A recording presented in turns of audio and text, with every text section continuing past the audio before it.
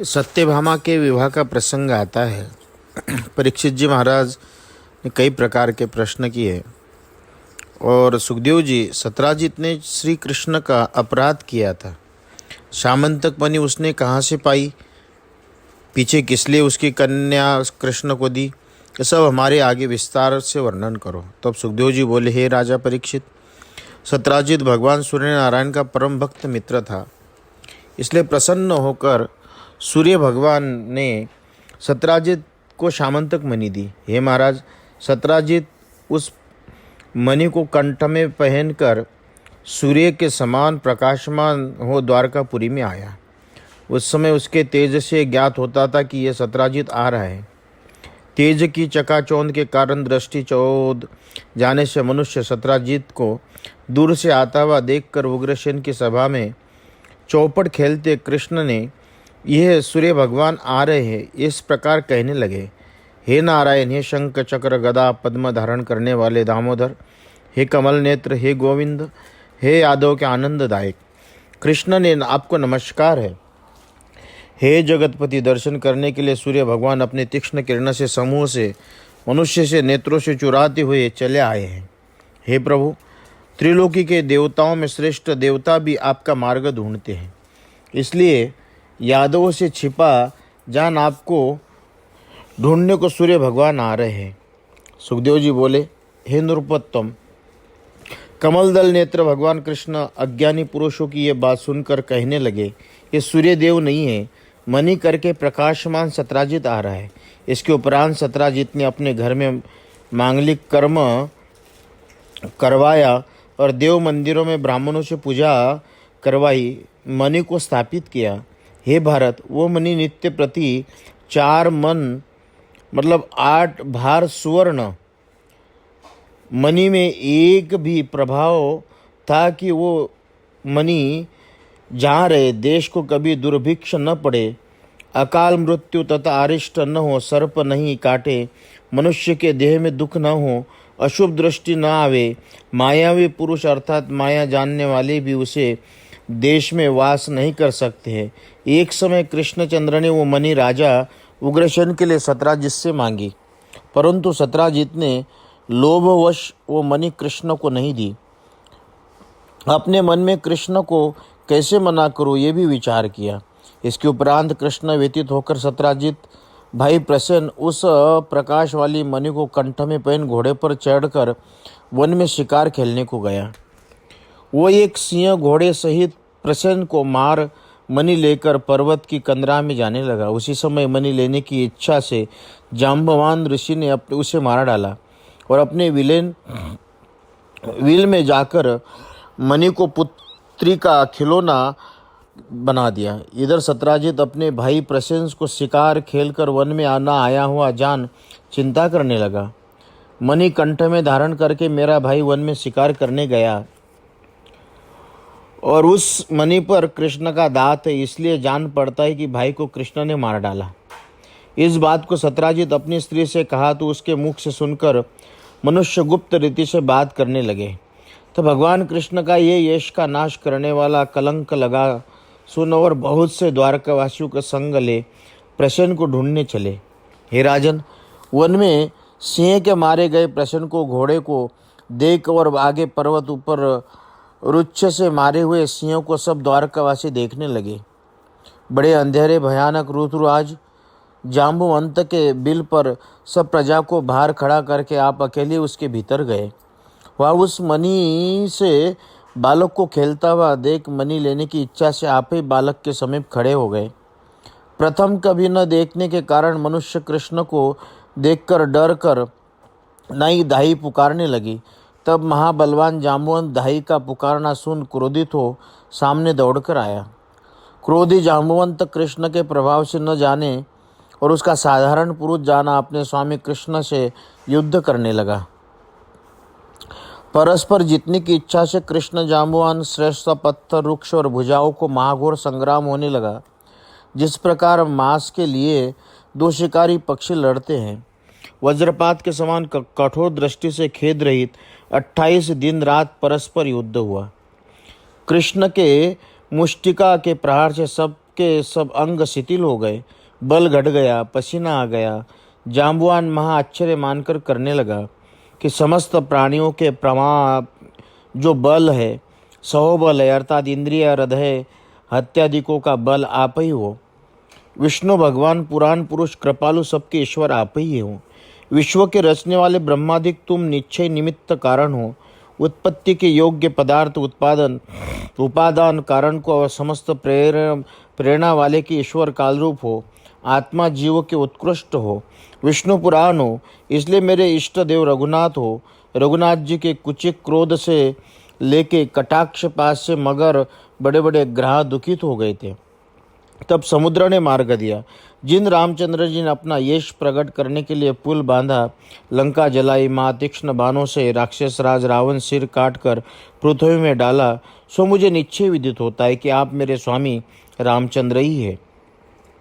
परीक्षित, जब इस प्रकार जाम्बुवान को ज्ञान उत्पन्न हुआ, तब देव के नंदन भगवान कृष्ण का उसने कहने लगे, कमल नेत्र कृष्णचंद्र सुख के देने वाले अपना हाथ परम कृपा कर अपने भक्त जाम्बुवान के ऊपर धर प्रेम गर्भित वाणी से कहने लगे, हे ऋक्षराज जाम्बुवान, हम मणि लेने के लिए यहाँ तेरे बिल में आए, क्योंकि हमें एक मिथ्या कलंक लगा है, उसे मणि ले जाकर दूर करेंगे। ये वचन सुनते ही जाम्बुवान ने बड़े आनंद पूर्वक मणि सहित अपनी कन्या जाम्बुवंती सेवा करने के लिए भगवान कृष्ण को दे दी।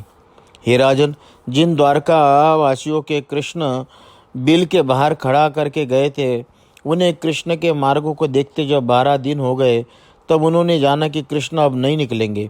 इसलिए सब दुखित होकर द्वारकापुरी चले गए। बिल में से कृष्ण नहीं निकले, ये बात द्वारका वासियों के मुख से श्रवण कर देवकी, रुक्मिणी, वसुदेव और सुहृद सब जाति के मनुष्य सभी अत्यंत चिंता करने लगे। सब द्वारकावासी दुखित होकर सत्राजित के दुर्वाक्य कहते कृष्ण के मिलने के लिए महामाया दुर्गा देवी की पूजा करने लगे।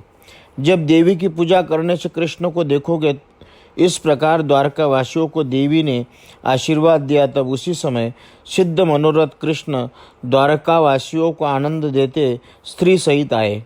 हे राजन, जिस प्रकार कोई मृतक पुरुष फिर लौट आए और उसी प्रकार मणि पहने हुए स्त्री को लिए कृष्ण को आया हुआ देख समस्त द्वारकावासी परम आनंदित हुए। इसके उपरांत सभा में राजा उग्रसेन के पास सत्राजित को बुलाकर जाम्बुवान ऋक्ष से मणि लाए, ये कहकर मणि भगवान कृष्ण ने सत्राजित को दे दी। सत्राजित मणि ले अत्यंत लज्जित हो मुख नीचा कर पछतावा हुआ घर को चला गया। महाबलवान कृष्ण के विरोध हुआ जान व्याकुल हो सत्राजित अपने पूर्व अपराधों को बारंबार स्मरण करके ये पाप कैसे दूर हो, ये भगवान कृष्ण को कैसे प्रसन्न हो, इस प्रकार चिंता करने लगे। अब मैं क्या करूं, कर्म क्या करूं जिसमें मेरा कल्याण हो, क्योंकि मैंने बिना विचारे कृष्ण को दोष लगाया। मैं अत्यंत कृपण मंदबुद्धि द्रव्य का लोभी हूँ, इसलिए अब ऐसा उपाय करना चाहिए कि जिसमें मनुष्य तुझे बुरा न कहे। भरत वंशावंश इस प्रकार सत्राजित ने ऐसे विचार करके निश्चय किया कि कृष्ण को मैं अपनी कन्या ब्याह दूंगा, पीछे से दहेज में मणि भी दे दूंगा। यही उपाय अच्छा है, इसके उपरांत उपाय से मेरा अपराध दूर हो जाएगा। इस प्रकार बुद्धि से स्थिर सत्राजित ने मंगल रूप अपनी कन्या मणि स्वयं प्रसन्नतापूर्वक कृष्ण को अर्पण कर दी। कृष्ण ने भी सुंदर स्वभाव रूप उदारता गुणयुक्त सत्यभामा का पानी ग्रहण किया, जिसके पहले कृतवर्मादि कई यादव मांग चुके थे। सुखदेव जी बोले, महाराज परीक्षित, तो भगवान कृष्ण ने सत्राजित से कहा कि ये मणि हमको नहीं चाहिए, क्योंकि तुम सूर्य के भक्त हो, इसलिए मणि तुम्हारे ही पास रहो। इससे सुवर्ण होगा सो हमारे यहाँ भिजवा देना। कारण ये तुम्हारा कोई पुत्र नहीं है, इस कारण तुम्हारा जो धर्म सो हमारा ही है। ये सब भगवान कृष्णचंद्र का गूढ़ अभिप्राय था। इति श्रीमद्भागवते महापुराणे दशम स्कंदे उत्तरार्ध भाषा टीकायां 55 अध्यायः। सुखदेव जी बोले, हे नृपश्रेष्ठ, यद्यपि पांडवगण बिल में होकर लाक्षा भवन से बाहर निकल गए, ये बात भले प्रकार जानते थे, परंतु पांडव और कुंती को जला हुआ सुन सुलोचित व्यवहार करने के लिए बलराम जी के संग लेकर कृष्ण कुरुदेश गए। भीष्म पितामह, विदुर सहित कृपाचार्य, गांधारी, द्रोणाचार्य इसमें कृष्ण को कहने लगे कि हाय पांडव जल गए, बड़ा ही कष्ट उपस्थित हुआ। हे राजन, कुछ दिनों के पीछे अक्रूर और कृतवर्मा ये दोनों अवसर पाकर शतधन्वा से कहने लगे कि इस समय सत्राजित ने मणि क्यों नहीं छीन ली, क्योंकि जिस सत्राजित अपने कन्या रत्न हमको देनी स्वीकार कर फिर कृष्ण को ब्याह दी, वह सत्राजित अपने भाई प्रेसेंस के पीछे क्यों न जाए, अर्थात मरे क्यों नहीं। इस प्रकार अक्रूर और कृतवर्मा के बहकाने से बुद्धिहीन और क्षीण जीवन हे पापी असाधु शतधन्वा ने शयन करते सत्राजित का सिर काट लिया।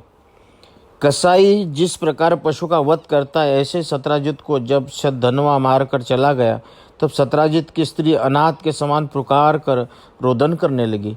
इसके पीछे अपने सत्राजित को मारा हुआ देख सत्यभामा हाय पिता कहकर अत्यंत विलाप करने लगी। फिर मृतक पिता को देह को तिल की कोठरी में रखकर सत्यभामा हस्तिनापुर को चली गई। यद्यपि शतधन्वा ने सत्राजित को मारा है, ये बात अंतर्यामी कृष्ण ने प्रथम ही जान ली थी, परंतु तो भी सत्यभामा मेरे पिता को शतधन्वा ने मार डाला, ये बात दुखित होकर कहने लगी। सुखदेव जी बोले, हे राजा परीक्षित, भगवान कृष्णचंद्र बलदेव से सत्राजित मरण सुन और अपने मनुष्यत्व का कारण जान हमको महाकष्ट उपस्थित हुआ, इस प्रकार कहे और आंखों में आंसू भरकर विलाप करने लगे। इसके उपरांत सत्यभामा और अपने भाई बलदेव जी के साथ कृष्ण हस्तिनापुर से द्वारकापुरी की ओर आकर शतधन्वा को मारने और उससे मणि लेने का उपाय करने लगे। शतधन्वा ने सुना कि कृष्ण मेरे मारने का उपाय किया है, तब अत्यंत भयभीत होकर प्राण बचाने के लिए कृतवर्मा के सहायक निमित्त कहा कि कृतवर्मा ने उत्तर दिया कि भाई, भगवान कृष्ण बलदेव जी का अपराध मैं कभी नहीं करूँगा, क्योंकि उनका अपराध करके किसका कल्याण होगा। देखो, इन्हें भगवान कृष्ण ने द्वेष करके कंस लक्ष्मी से भ्रष्ट हो गया, भाइयों सहित मारा गया। मगध देश के राजा जरासंध 23 अक्षुणी सेना लेकर आया, 17 बार युद्ध किस, परंतु युद्ध में हार गया, अंत को विरत होकर चला गया। जब कृतवर्मा से कोरा जवाब पाया, तब ये निपट उदास हो अक्रूर जी के पास जाकर कहने लगा। तब अक्रूर जी ने कहा कि भाई, भगवान कृष्ण पराक्रम जान लेने पर कौन पुरुष उनसे विरोध करेगा। जो ईश्वर लीलापूर्वक को इस विश्व की उत्पत्ति, पालन और नाश करता है, उसी की माया से मोहित होकर उसकी चेष्टा ब्रह्मादिक भी नहीं जानते। देखो, 7 वर्ष की अवस्था में भगवान कृष्ण गोवर्धन पर्वत उखाड़ लिया, जिस प्रकार छत्र को उठाता है उसी प्रकार उठा लिया। उन्हीं अद्भुत कर्मकारी भगवान कृष्ण ने नमस्कार और सबको आदि कारण निर्विकार सबके आत्मा है, उन्हें हम केवल नमस्कार करते। हे परीक्षित, इस प्रकार अक्रूर जी ने सूखा उत्तर दिया। तब शतधन्वा अत्यंत घबराकर मणि अक्रूर के पास रख 400 कोस चलने वाले घोड़े पर चढ़कर भाग गया। हे राजन, जब वो इस शतधन्वा भाग गया, तब रामकृष्ण गरुड़ ध्वज वाले रथ में बैठे शीघ्र ही गामी घोड़े के ससुर के मारने वाले शतधन्वा के पीछे दौड़े। जब 100 योजन से अधिक घोड़े न चल गया तो मिथिलापुरी के बाग में गिर पड़ा। तब शतधन्वा उस घोड़े को छोड़ भयभीत हो पाव्याप्य आदि भागने लगा। कृष्ण की अत्यंत क्रोधित होकर उसके पीछे दौड़ने लगे। इसके उपरांत कृष्ण ने शतधन्वा को पकड़ और अत्यंत तीक्ष्ण धार वाले चक्र से उसका सिर काट डाला। वस्त्रों में मणि ढूंढने लगे। जब शतधन्वा ने वस्त्रों में मणि नहीं निकली, तब कृष्ण ने बलदेव जी से आकर कहा कि देखो भाई, शतधन्वा को रुता ही मारा और उस पर मणि न निकली। इसके पीछे बलदेव जी कहने लगे, शतधन्वा किसी के पास मणि रख कर आया हो, इसके कारण पुरुष को ढूंढने के लिए तुम द्वारका जाओ। यद्यपि कृष्ण ने सब बातों को जानते, परंतु तो भी मणि का मुझसे छिपावा किया है, ये मन में निश्चय कर बलदेव जी क्रोध करके कहने लगे। तात्पर्य यह है कि दृश्य ऐसा निषिद्ध पदार्थ है जिसके लिए कृष्ण बलदेव जी भी मन बिगाड़ गया। फिर मनुष्य को ये तो बातें क्या। मेरा परम प्यारा विधेय जनक राजा दशरथ बहुलाश्य है और उसे देने को मेरा चित्त बहुत भटक रहा है, इसलिए मैं वहाँ जाऊँगा। इस प्रकार कृष्ण से कहकर यादवों के आनंददायक महात्मा बलदेव जी मिथिलापुरी में प्रवेश किया। प्रसन्न मन मिथिलापुरी का राजा बलदेव जी को आया हुआ देख शीघ्र उठ पूजन करने लगे।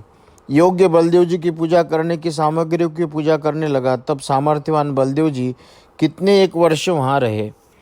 प्रीति युक्त परम युक्त महात्मा जनक जी से सत्कार पाकर धृतराष्ट्र का पुत्र दुर्योधन वहां आके महात्मा बलदेव जी से गदा चलाने की विद्या सीखने लगा। इसके उपरांत प्रिय कार्य करने वाले सामर्थ्यवान भगवान केशव मूर्ति ने द्वारकापुरी में आकर शतधन्वा का नाश और मणि न मिलना अपनी प्यारी भार्या सत्यभामा से कहा। इसके पीछे भगवान कृष्ण अपने श्रद्धेय को संग लेकर मृतक सत्राजित पर लोक साधन की क्रिया कराने लगे।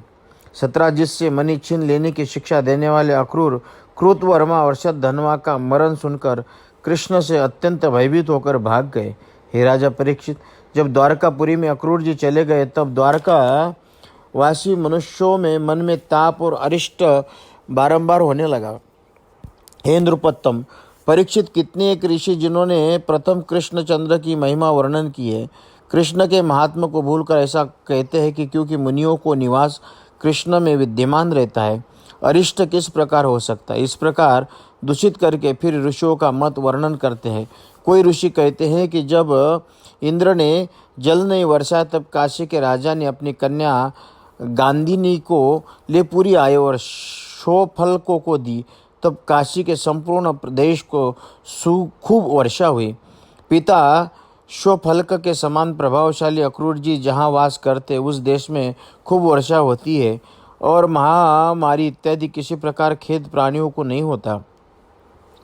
इस प्रकार रुद्ध पुरुषों का वचन सुनकर केवल अक्रूर ही यहाँ से गया और मणि भी वही ले गया। ये बात निश्चय करके अक्रूर को काशी से बुलाने के लिए कृष्ण ने कहा। उसके पीछे आप ही अक्रूर जी पूजा कर रहे काका अक्रूर, इस प्रकार संबोधन देकर प्यारी प्यारी बात कर विश्व के जानने वाले कृष्णचंद्र अक्रूर के मन की बात जान मुस्कुराकर कहने लगे, हे पूज्यतम अक्रूर जी, हम निश्चय जानते कि सामंतक मणि शतधन्वा तुम्हारे पास रख गया है और वह तुम्हारे पास है। सत्राजित को कोई पुत्र नहीं है, इसलिए उसे पिंड जलदान और ऋण चुकाकर जो शेष धन रहेगा उसे शास्त्रानुसार उसकी कन्या को पुत्र लेगा। हे अक्रूर, यद्यपि तुम हमसे कहो मत, परंतु तो भी हम जानते हैं कि मणि तुम्हारे अतिरिक्त और किसी के पास नहीं रह सकती, क्योंकि आप सुंदर व्रत धारण करने वाले। तब अक्रूर जी ने कहा कि अच्छा, मेरे पास सही, तुम्हें क्या प्रयोजन है। यह सुनकर कृष्ण बोले कि बड़े भाई बलदेव जी, हम मणि के पीछे मेरा विश्वास नहीं करते। हे बड़भागी अक्रूर, तुम मणि दिखाकर शीघ्र ही मेरे भाइयों को शांत करो। मेरे पास मणि नहीं है ये मत कहो। यदि कदाचित मणि तुम्हारे पास न हो तो सुवर्ण की वेदी बनाकर काशी में जाकर अखंड यज्ञ कैसे करते हैं। जब इस प्रकार साम भेद कर समझाया तब अक्रूर जी ने सूर्य के समान तेज वाली वस्त्रों से ढकी हुई वो मणि निकाल कर कृष्ण को दे दी। भगवान कृष्ण के सामंतक मणि अक्रूर जी से लेकर जाति के बंधु बांधवों को दिखाकर अपना मिथ्या कलंक दूर किया। वो मणि कृष्ण ने अक्रूर जी को समर्पित कर दी। परमेश्वर भगवान कृष्ण का कहा हुआ मनुष्यों के दुखों को हरने वाला सुंदर मंगल रूप इस सामंतक मणि के प्रसंगों को जो कोई पढ़ेगा, श्रवण करेगा अथवा स्मरण करेगा, वो कुत्सित पापों को कलंकों को दूर करने के लिए प्राप्त होगा। इति श्रीमद्भागवते महापुराणे दशमस्कंदे उत्तरार्ध भाषाटिकायां सामंतकोपाख्यानं सप्तपंचाशत्तमोऽध्यायः। सुखदेव जी बोले, हे परीक्षित, लाक्षागृह में पांडव जल गए, ये बात होने पर भी द्रुपद राज के यहाँ पीछे दिखाई दिए। इस प्रकार पांडवों की खबर पाकर कृष्ण सात्यकी आदि यादवों के संग एक समय इंद्रप्रस्थ गए। सबके ईश्वर कृष्ण ने देखते ही जिस प्रकार मृतक शरीर में प्राण आने से इंद्रिय चैतन्य हो जाती, उसी प्रकार बलवान पांडव उठ खड़े हो गए। कृष्ण से मिलकर पाप रहित होने के कारण वीर पांडव स्नेह भरी मुस्कान सहित कृष्णचंद्र का मुखारविंद देखकर परमानंद को प्राप्त हुए। प्रथम कृष्ण युधिष्ठिर भीमसेन चरणों में नमस्कार करके फिर अपने समान अर्जुन से मिले। इसके उपरांत छोटे नकुल सहदेव कृष्ण ने नमस्कार किया। फिर आसन पर विराजमान कृष्ण को नवविवाहित निंदा रहित लज्जावती द्रौपदी ने आकर धीरे प्रणाम किया। उसी प्रकार सात्विकी के और पांडवों ने आकर पूजन कर आसन बिठाया। फिर मनुष्यों का भी आदर सम्मान किया। फिर कृष्ण ने कुंती के पास आकर प्रणाम किया। कुंती ने भी स्नेह भरी चितवन से आलिंगन किया। फिर कृष्ण ने पिता व बहन की कुशल कुंती से पूछी। इसके उपरांत कुंती कृष्ण से भाइयों की कुशल पूछने लगी। प्रेम के व्याकुलता में गदगद कंठ नेत्रों से आंसू भर कौरवों के दिए हुए कष्ट की सूद करके कुंती भक्तों को क्लेशों से नष्ट करने वाले कृष्ण से कहने लगी, हे कृष्ण, जाति की बंधु, हमको स्मरण करके जिस समय तुमने मेरे भाई अक्रूर को खबर लेने को भेजा, उस समय हमारी सब कुशल हो गई थी। तुमने हमको सनात कर दिया। यद्यपि उस विश्व के हितकारी आत्मा तुम ये अपना है, ये पराया है, इस भ्रम से रहित हो, परंतु तो भी जो कोई तुम्हारा सर्वदा स्मरण करता है, तुम उसके हृदय में स्थित होकर समस्त क्लेशों का नाश कर देते हो। राजा युधिष्ठिर कहने लगे, हे ब्रह्मादिकों के ईश्वर, नहीं ज्ञात होता कि मैंने क्या कल्याणकारी कार्य किया है, क्योंकि योगेश्वर को जिनका दर्शन होना महाकठिन है, उनका सरीखे कुमतियों का दर्शन हुआ। सुखदेव जी बोले, हे राजन, इस प्रकार युधिष्ठिर ने प्रार्थना करने पर कृष्ण इंद्रप्रस्थ निवासियों को नेत्रों से आनंद देते हुए वर्षा काल तक वही विराजमान रहे। एक समय महाबलवान शत्रुओं का मारने वाला अर्जुन कपिध्वज वाले रथ में चढ़कर गांडीव, धनुष्य और बाणों से भरा तरकस ले कवच पहन बहुत सर्प और मृग वाले बड़े वन में कृष्ण के संग शिकार खेलने के लिए गए। उस वन में पहुंचकर ध्यान व्याघ्र, सुकर, भैंस, रुरु अर्थात हरिण, शरभ, रोज, गोंडा, मृग, खरसा इनका अनेक तीक्ष्ण बाणों से छेदन करने लगा। हे राजन, अमावस्या, पूर्णिमा ये पर्व जाकर प्राप्त हुए सेवक लोग पवित्र पशु राजा युधिष्ठिर के पास लाए। जब अर्जुन को प्यास लगी तो थका हुआ यमुना जी पर आया। महारथी अर्जुन और कृष्ण ने यमुना के निर्मल जल का आचमन कर जल पीकर खड़े खड़े तब इन्होंने एक सुंदर कन्या बैठी देखी। सुंदर जंगा, श्रेष्ठ दांत, मनोहर मुख, ऐसी प्रेमदा कन्या के पास कृष्ण ने भेजा। अर्जुन ने जाकर पूछने लगा, हे सुश्रोणी, तुम कौन हो और किसकी पुत्री हो? कहाँ से आई हो? तुम्हारे मन में क्या करने की इच्छा है? सो सब वृत्तांत तक हो। मुझे निश्चय ही जान पड़ता है कि तुम्हारे पति करने की इच्छा है। इतना पूछने पर कालिंदी ने कहा कि मैं सूर्यदेव की पुत्री हूँ। कालिंदी मेरा नाम है और वर को देने वाले विष्णु भगवान को पति करने की इच्छा से तप कर रही हूँ। हे वीर, अत्यंत स्वरूपवान कृष्ण के अतिरिक्त और किसी को मैं नहीं करूँगी। अनाथ के आश्रय मुकुंद भगवान मेरे ऊपर प्रसन्न हो। मैं कालिंदी नाम से विख्यात है और मेरे पिता सूर्यदेव यमुना जल से स्थान बना दिया है, इसलिए जब तक भगवान कृष्ण दर्शन न होगा तब तक यहाँ वास करूँगी। ये सुन अर्जुन ने कृष्ण के पास जाकर कालिंदी का सब वचन कहे। तब कालिंदी मेरे लिए तप करती है, यह बात जान कृष्ण ने कालिंदी को रथ में बिठाकर धर्मराज युधिष्ठिर के पास आए। तब समय पांडवों की आज्ञा से कृष्ण ने देवताओं के कारीगर विश्वकर्मा को कहकर पांडवों के लिए चित्र विचित्र अद्भुत नगर बनवाया। पांडवों का भला चाहने वाले, इंद्रप्रस्थ के वास करने वाले कृष्ण भगवान अग्नि को खांडवन चराने के लिए अर्जुन के सारथी हुए। हे कुरुकुल भूषण, इस अग्नि में प्रसन्न होकर अर्जुन को धनुष, श्वेत घोड़े, तीरों से भरा तरकश और जो अस्त्र वालों से भी न कटे ऐसा एक कवच दिया, और इन्होंने अग्नि से मई नामक दैत्य को बचाया। इसलिए उसने प्रसन्न होकर पांडवों को एक सभा दी, जिस सभा में जल से स्थल और स्थल से जल तक देखकर दुर्योधन की दृष्टि भी भ्रमित हुआ। राजा युधिष्ठिर ने आज्ञा पाकर सरहृदय में बड़ाई पाकर कृष्ण को सात्विकी और यादव को संग लेकर फिर द्वारकापुरी आए। इसके उपरांत सुंदर पवित्र ऋतु नक्षत्रों में कालिंदी का पानी ग्रहण किया। फिर अनेक प्रकार से परम रूप कृष्णचंद्र अपनी यादों को सुख देने लगे। उज्जैनपुरी वाले राजा विंद और अनुविंद की बहनों ने कृष्णचंद्र को स्वयंवर में वरने की इच्छा की, परंतु वो दोनों भाइयों ने बने किया क्योंकि दुर्योधन अधीन थे। हे राजा, वसुदेव की बहन राजादि देवी की पुत्री मित्रविंदा को कृष्ण चंद्र सब राजाओं को देखते देखते बलपूर्वक हरण कर ले गए। हे राजा परीक्षित, अयोध्यापुरी का पालन करने वाला बड़ा धर्मात्मा राजा नग्नजित नाम से विख्यात था। उस राजा के प्रकाशमान सत्या नामक एक कन्या उत्पन्न हुई, जिसका उपनाम नागनी जीता भी प्रसिद्ध था। राजा ने प्रतिज्ञा की कि वीर पुरुष का गंध भी न सह सके ऐसे दुष्ट तीखे सिंह वाले अति दुर्धर्ष 7 बैलों के जो जीते वही मेरी पुत्री से विवाह करेगी। अनेक राजा मार खाकर फिर गए, परंतु कोई भी जीतने को समर्थ नहीं हुआ। हे यादवपति, भगवान कृष्ण ने सुना कि जो बैल को जीते उसे कन्या विवाह करे। यह सुनकर बड़ी भारी सेनाओं के संग लेकर अयोध्यापुरी आए। हे नृपश्रेष्ठ, राजा नग्नजीत ने देखा कि भगवान कृष्ण आए हैं, इसलिए अत्यंत प्रसन्न उठकर भले आए महाराज इस प्रकार प्रशंसा करते हुए आसन बिछाकर चरण धोकर पूजा की सामग्रियों के उनका पूजन करने लगे। राजा नग्नजीत की कन्या लक्ष्मीपति श्री कृष्ण को आया हुआ देख अपने योग्य वर जान इसकी इच्छा करने लगी। मैंने श्रद्धा सहित व्रत किए तो कमल नयन भगवान कृष्ण मेरे प्रति हो, मेरा मनोरथ सत्य हो।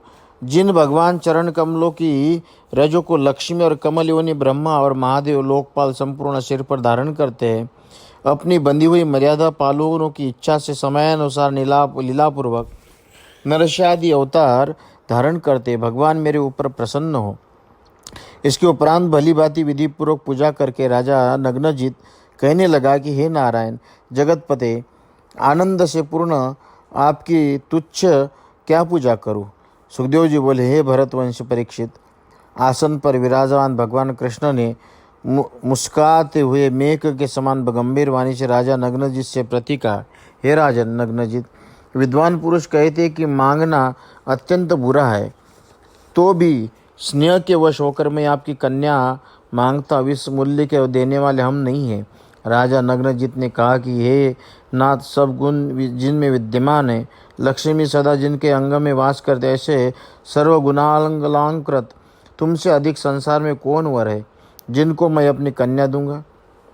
यादवों में श्रेष्ठ, पुरुषों में पराक्रमी परीक्षा लेने के कारण और कन्या वर की परीक्षा से लिए हमने अपना प्रथम प्रतिज्ञा ही की है। हे वीर, हम शिक्षा रहित और पकड़ने न आवे ऐसे बैलों को जो जीते वो कन्या को वरे। यह बात सुन बहुत से राजपुत्र यहाँ आए, परंतु इनसे अपना शरीर जर्जरित ही कराकर चले गए। हे यदुनंदन लक्ष्मीपति, जो तुम इस बैल को जीत लो तो निश्चय ही मेरी कन्या का विवाह करो।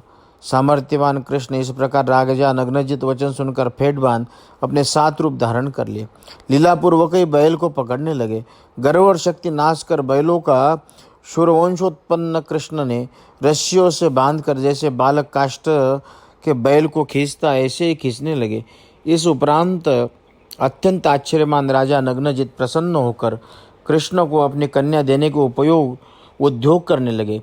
सामर्थ्यवान कृष्ण को अपने समान कन्या का विधिपूर्वक पानी ग्रहण किया।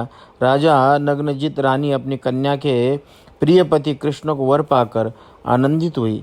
बड़ा उत्सव हुआ। शंख भीरी नगाड़े गीतों का शब्द सुनाई दिया। ब्राह्मणों का अनेक आशीर्वाद दिए सुंदर मालों से शोभायमान सब नार नारी प्रसन्न हो गए। सामर्थ्यवान राजा नग्नजित हेतुकेक्त 10,000 गौवे दी और धुधुकती कांठ में पहने हुए सुंदर वस्त्राभूषण शोभायमान 3,000 दासियां दी।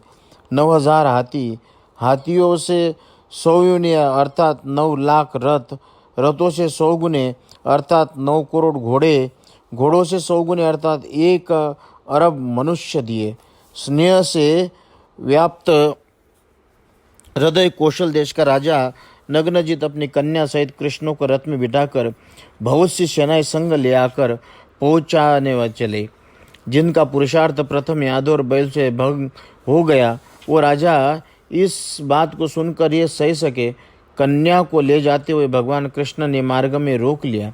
कृष्ण के प्यार करने वाले गांडीव धनुषधारी अर्जुन ने बाण चलाए।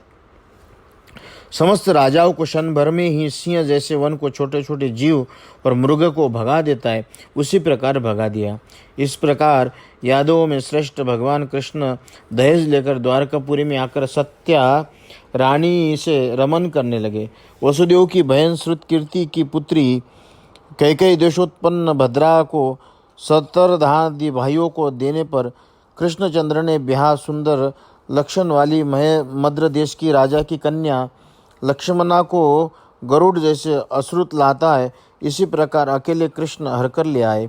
सुखदेव जी बोले, हे राजा परीक्षित, भौमासुर के बंदी खाने से छुड़ाई हुई सुंदर रूपवती हजारों स्त्रियां भी और भी थी। इति श्रीमद्भगवते महापुराणे दशम स्कंदे उत्तरार्ध भाषा टीकायां अष्टमा विद्या वर्णनम नाम अष्टपंचशतोम अध्यायः।